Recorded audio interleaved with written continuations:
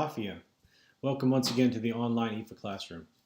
My name is David Graham. I go by Awo Ifa Foray at the IFA Foundation International. And tonight we're going to talk about the concept of Ashe. Ashe has several meanings in the Yoruba vocabulary. Tonight we're going to talk about it in the context of energy or life force. You'll also hear Ashe used in conversation. To conclude something, it means may it be so or let it be done. And you'll also hear Ashe described as one's personal power, as someone putting their Ashe into a symbol. But today we're going to talk about Ashe as the general principle of energy of all living things. It's very similar to the concept of Qi in China, Ki in Japan, Prana in India.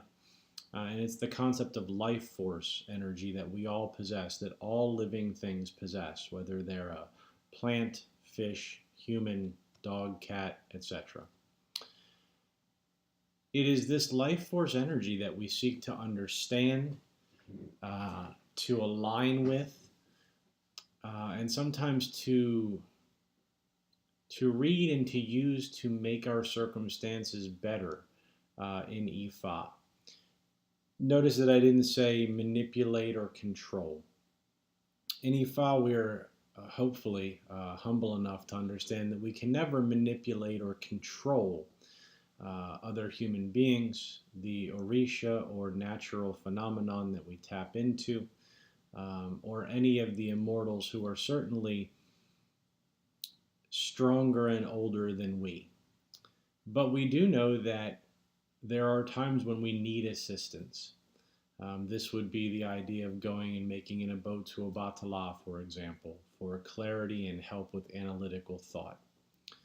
And it's okay to go when directed by divination or by strong intuition and ask for assistance, ask for extra Ashe to guide your consciousness into alignment with your higher self or into alignment with your destiny. So that's the energy that's the principle that we look to align ourselves with when practicing Ifa, when receiving divination, when making ebo, when saying prayers. The idea is to channel the Ashe or the life force energy of whatever it is that you're doing to make your life better or the lives of those that you love better.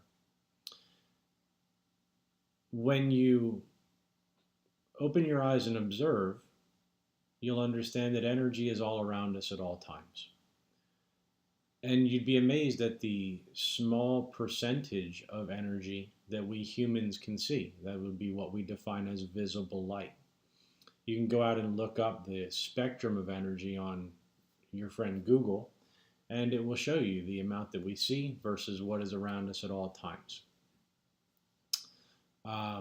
Things like infrared, microwave, ultraviolet, gamma radiation, again, around us at all times, not perceptible by the human eye. But energy is everywhere. It's in the computer I'm using to make this video. It's in the light that is allowing you to see me. It's in the wind that moves things around and shifts us. It's in the waves on the ocean that are an expression of the energy which created them. Calories that we eat are a measure of energy. That's what a calorie is. It's a unit of energy that our body needs to do things. When we have too much and don't do enough with that energy, we get fat. Contrarily, if we don't have enough calories and we burn too many, we wind up losing weight. You have to understand that energy is neither created nor destroyed. And that's a principle of physics, and it applies to the work that we do in Ifa as well. So paramount to our Ifa philosophy is that understanding that energy is all around us at all times. It is neither created nor destroyed. It merely changes forms. And that it is what binds us together, what interconnects or weaves all things, just like the prayer mat that we use in our Ifa rituals and in our daily prayer. And the Yoruba understood that all things in the universe are woven together through a common use of energy or a common shared Ashe.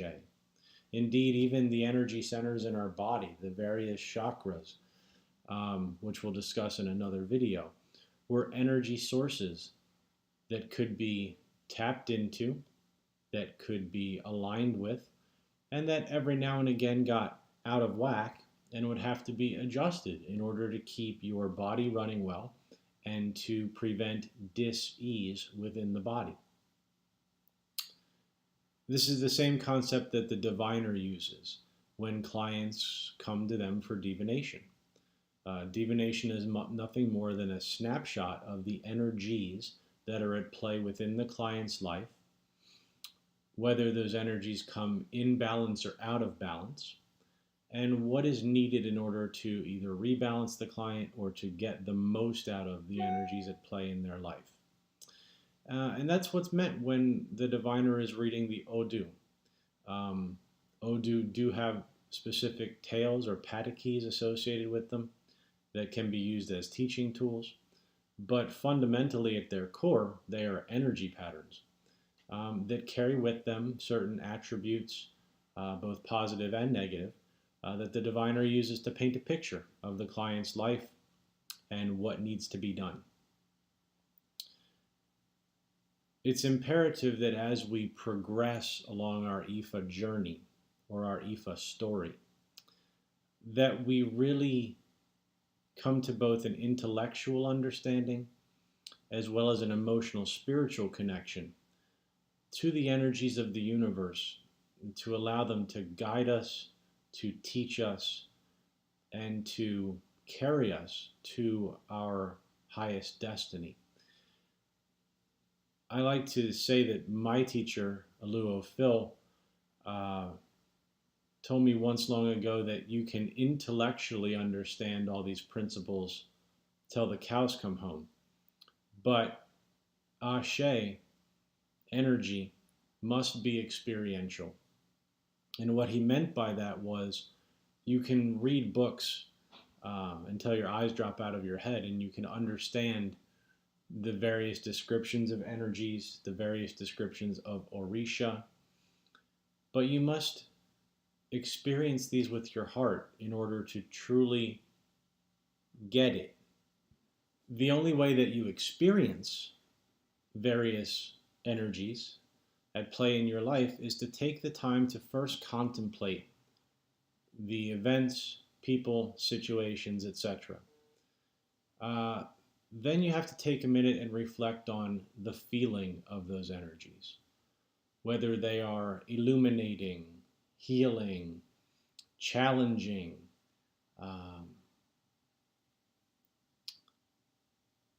These are all emotions, part of the human experience that again stem from energies.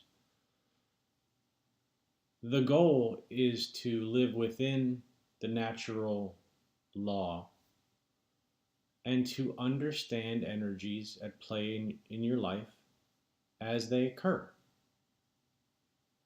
Whether we know that we need to ramp up hard work and focus, whether we need to ramp down or pacify the winds of change, whether we need to utilize more energy of joy and of exploration, and on and on and on it goes. And those, of course, would be in different aspects of your life, whether it's in relationships or your career or your family. And the same goes within our own body. Do we need to allow ourselves to rest more? Are we feeling fatigued? Are we feeling healthy and strong? And is it appropriate to go out and dance the night away? Do we need some quiet contemplative time to take a break from the hustle and bustle? Or vice versa, have we had too much quiet time and we need to get out? These are all emotional responses to various energies at play within our body and within our lives.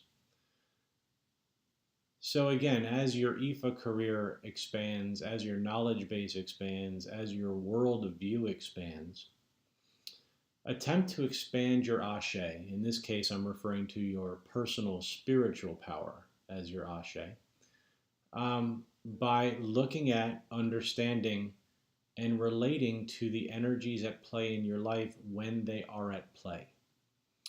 You'll find that everything within the universe has energy patterns and energy cycles. Indeed, the Yoruba understood this, and those could be understood, observed, and attuned with to understand when was the best time for certain things, when was a more challenging time for certain things, when did we need to ramp this up or ramp this down. And that could all be done utilizing the information given to us by the Prophet Arumula, through divination, through prayer, through connection to the immortals. Those would be the Orisha, those would be our ancestors, those would be Arumula or Ifa, to make life better here. The idea was very simple. Life is supposed to work. And indeed it does work. But in order for it to work for you the best that it can, you need to get in touch with universal energies, both within your body, within your family, within your community, within the world that we live in, and within the planet that we live on. I know it's a very big discussion for a small word like Ashe, but the implications of life force energy and the interconnectedness of all living beings are far reaching, and they require some thought, and they require some experience, and they require that you take all that back and think on it and really process what it means and how it works so that you can get a better understanding of your place here. It must be experiential. It must be emotional. Certainly it can be understood here, but at the end of the day, it must be felt here. And those two must process the information together in order for it to work. All that being said, thank you for all your suggestions and your support. Please keep watching. Please keep ideas coming in. And as always, take care of yourself and take care of each other.